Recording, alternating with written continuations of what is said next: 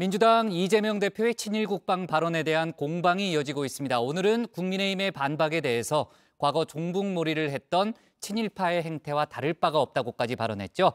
윤석열 대통령은 핵 위협 앞에서 어떤 우려가 정당화될 수 있겠느냐며 현명한 국민들께서 잘 판단하실 거라고 생각한다고 발언했습니다. 또 민주당 의원의 윤석열 퇴진 집회 참석으로 여야의 충돌 수위 역시 높아지고 있는데 류정아 상황실장이 관련 내용 정리했습니다. 보름간 미사일 소나기를 퍼부어대던 북한, 이제 핵실험만 남겨놨다는 분석이 지배적입니다. 노동당 창건일인 오늘, 그동안 해온 도발의 세세한 내용까지 공개했습니다. 북한이 김정은 국무위원장이 지도하에 지난 8일 대규모 공중훈련을 진행했다고 밝혔습니다. 사상 처음으로 대구 50여 대의 각종 전투기들을 동시에 출격시킨 조선인민군 공군의 대규모 항공공격 종합훈련이 진행됐습니다. 북한의 전례 없는 도발이 이어지고 있습니다. 김정은 위원장이 전술 핵훈련 직접 지휘를 이렇게 했다고 하죠. 잠수함 발사 탄도미사일, 즉 SLBM은 바다가 아니라 저수지에서 쐈다고 합니다. 윤석열 대통령은 핵을 통해서 얻을 수 있는 건 아무것도 없다면서 한미일 안보 협력을 강조했습니다. 굳건한 한미 동맹과 한미일 안보 협력을 바탕으로 아주 견고한 대응 체제를 구축해서 잘 대비하고 대응해 나가겠습니다. 대한민국뿐만 아니라 전 세계를 상대로 핵으로 지금 위협을 하고 있는 상황입니다만은 핵을 통해서 얻을 수 있는 것은 아무것도 없다고 생각합니다. 네, 민주당 이재명 대표 역시 북한을 강력 규탄했습니다. 모든 도발을 즉각 중단하고 대화 테이블로 돌아오라는 입장인데 톤이 조금 다르기는 하죠. 윤 대통령이 북한 비핵화의 방안으로 꼽고 있는 이 한미일 3자 안보 협력에 대해서는 강하게 날을 세웠습니다. 구체적으로는 한미일 합동 군사훈련에 대해서 친일 프레임을 가져온 건데요.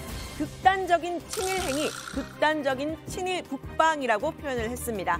위기 극복을 핑계로 일본을 한반도로 끌어들이는 자충수를 중단해야 한다고 오늘도 말했습니다. 안보 자해행위. 대한민국이 일본 자위대를 정식 군대로 인정한다는 시그널을 줄 수가 있습니다. 그리고 한미일 군사동맹으로 나아가는 징검다리가 될 수도 있습니다. 궁극적으로는 한반도에 개입할 수 있는 구실이 될 수 있는 이 한미일 합동 군사훈련, 그것도 실전 훈련을 대체 왜 최근에 갑자기 하는 겁니까? 도저히 납득하기가 어렵습니다. 네, 지난달 30일에 있었던 이 문제의 북한 잠수함 도발 대비 연합훈련, 독도에서 180km 정도 떨어진 동해상에서 이루어졌다고 합니다. 우길기를 단 일본 함정과 함께 이 동해상에서 군사훈련을 하는 건 이번이 처음인데요. 이 대표는 이런 가정적인 가능성까지 언급했습니다.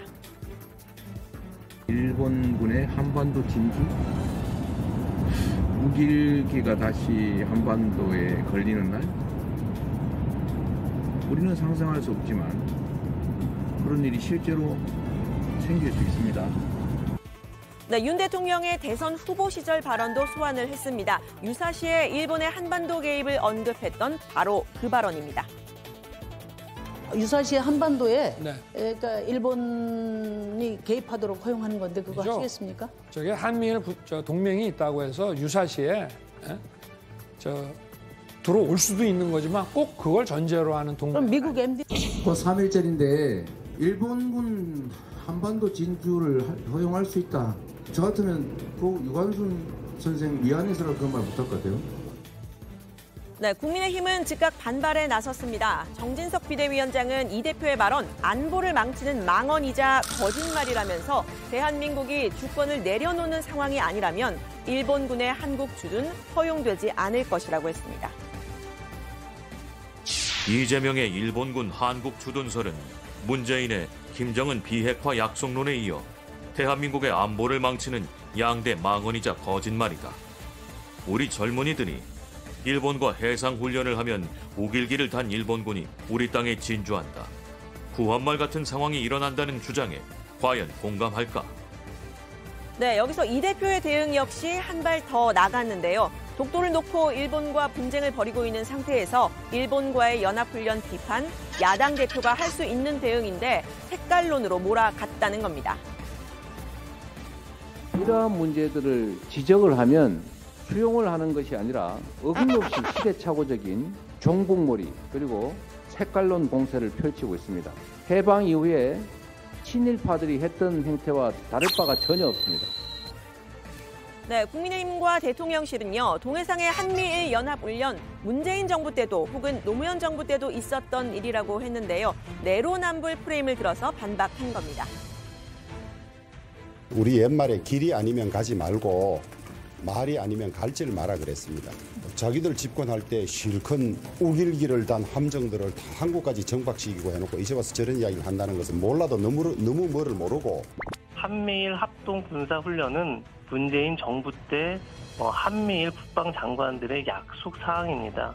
양국의 공해상에서 국민의 생명과 안전을 지키기 위해서 한 연합훈련을 두고 친일이라는 어떤 정치적 용어나 프레임이 과연 끼어들 수 있느냐, 굉장히 의아하다.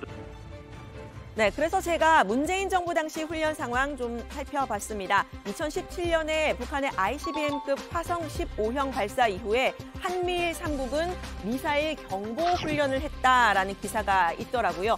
이 레이더로 미사일 탐지 추적하는 컴퓨터 시뮬레이션 방식이었는데요. 이번에 진행된 실제 군함을 동원한 훈련과는 좀 다른 형태입니다. 당시에도 지금과 유사하게 북핵 위기가 고조된 상황이었기 때문에 한미일 국방장관 회담을 통해서 이렇게 잠수함 탐지 훈련 합의를 한 바가 있지만요. 이후에 북미 회담, 남북미 회담이 잇따라 성사됐고 이번 이 잠수함 탐지 훈련은 박근혜 정부 때인 2017년 4월에 이어서 5년 만에 두 번째로 실시된 훈련입니다. 국민의힘이 노무현 정부 때도 동해상에서 한미연합훈련을 했다라고 했는데 이건 우리 해경과 일본 해상청의 합동훈련이었는데요. 자위대와 해상청은 역할이 다르죠. 전문가들은 국제 정세를 살폈을 때 민주당이 내세운 친일 국방이라는 프레임도 과도하지만 과거의 비군사적이거나 시뮬레이션 훈련을 이번 훈련과 동일시하기도 어렵다고 했습니다. 우리 대응 역시 투명하게 공개돼야 한다는 겁니다. 카디지 밑에는 공해지만 우리가 작전으로 통과라는 구역이 있어요. 해군들이나 우리 카디지 밑에 있는 해역인 어떤 작전 구역이라고 하는 이런 우리가 이제 작전하는 구역이나 작전 통제하는 이런 구역까지 들어왔다고 한다면 지금하고는 완전히 다른 개념이죠, 사실이요. 그거를 서로가 싸울 일이 아니고 투명하게 공개하면 될 일이에요. 네, 일각에서는 최근 북한의 도발로 이 보수 지지층이 결집하고 있는데 이걸 견제하기 위해서 민주당이 친일 프레임을 꺼내든 것 아니냐 주장이 나왔는데요. 그러니까 일종의 프레임 전쟁이라는 얘기입니다. 북한의 정말 무도한 도발에 의해서 오히려 안보적으로 결집된 효과가 있었던 것이 조금의 지지율 상승을 가져오지 않았나. 네, 윤 대통령은 이 민주당의 친일 프레임 현명한 국민들께서 잘 판단할 것이라고 말을 했습니다. 핵 위협 앞에서 어떠한 우려가 정당화될 수 있겠습니까? 네, 저는 그렇게 생각합니다. 야당에서는 한미일 군사안보 협력을 가지고 친일 국방이라든가 아니면 우길기가 한반도에 다시 걸릴 수 있다. 현명한 국민들께서 잘 판단하실 거로 생각합니다. 네, 이렇게 여야 간의 프레임 전쟁 심화되는 가운데요. 이번에는 주말 사이에 있었던 집회 현장으로 한번 가보겠습니다. 윤석열 대통령 퇴진, 또 김건희 여사 특검을 내건 바로 이 촛불 집회인데요. 매주 진행이 되는 이 집회, 벌써 9차 집회였다고 합니다. 이 자리에는 민주당 김용민 의원이 직접 참석을 했는데요. 김건희 특검법을 대표 발의한 김 의원, 윤석열 정부가 5년을 채우지 못하게 하자고 연설에도 나섰습니다. 직접 한번 보시죠. 우리가 함께 행동해서 윤석열 정부를 끝까지 5년 채우지 못하게 하고 윤석열 정부가 국민의 뜻에 따라서 빨리 퇴진할 수 있도록 만들어야 하지 않겠습니까? 우리가 주인이다. 윤석열은 퇴진하라. 네, 김 의원은 정치인들이 아직 나서지 못하고 있다. 두려움이 많은 것 같다. 여러분들이 먼저 깨치고 나서주시면 정치인들이 뒤를 따라갈 수 있을 것이다. 라는 말도 했는데요. 김건희 특검법뿐 아니라 채널A 사건과 고발 사주 사건도 특검을 해야 한다고 목소리를 높였습니다. 여러분들 진짜 창피하지 않습니까? 인사 참사를 일으키더니 그 다음엔 외교 참사를 일으켰습니다. 그리고 이제는 표현의 자유를 억누르고 고등학생과 싸우는 정부가 되고 말았습니다. 정말 쪽팔리지 않습니까, 여러분? 네, 김 의원의 강한 발언에 대통령실에서는 공개적으로 비판 발언이 나왔습니다. 이재명 부대변인은 헌정 질서를 흔들겠다는 얘기라고 날을 세웠습니다. 헌정 질서를 흔들겠다는 얘기인 거죠. 헌법상 대통령 선거를 통해서 당선된 대통령은 5년 임기가 보장돼 있습니다. 야당 의원이 공개적 집회에 나가서 5년을 기다릴 수 없다는 식의 발언을 한다면 이건 민주주의 질서를 흔들겠다는 뜻으로 저희는 읽히는 겁니다. 네, 국민의힘은 선거 불복 프레임을 꺼내 들고 공세를 폈습니다. 정진석 비대위원장은 이 김 의원의 발언, 헌법기관인 국회의원이 반헌법적인 선동을 하는 것이라면서 탄핵 사유도 없는데 대통령을 임기 전에 끌어내리자고 선동하는 건 불법 쿠데타를 획책하거나 민중 동기를 선동하는 것이라고 했습니다.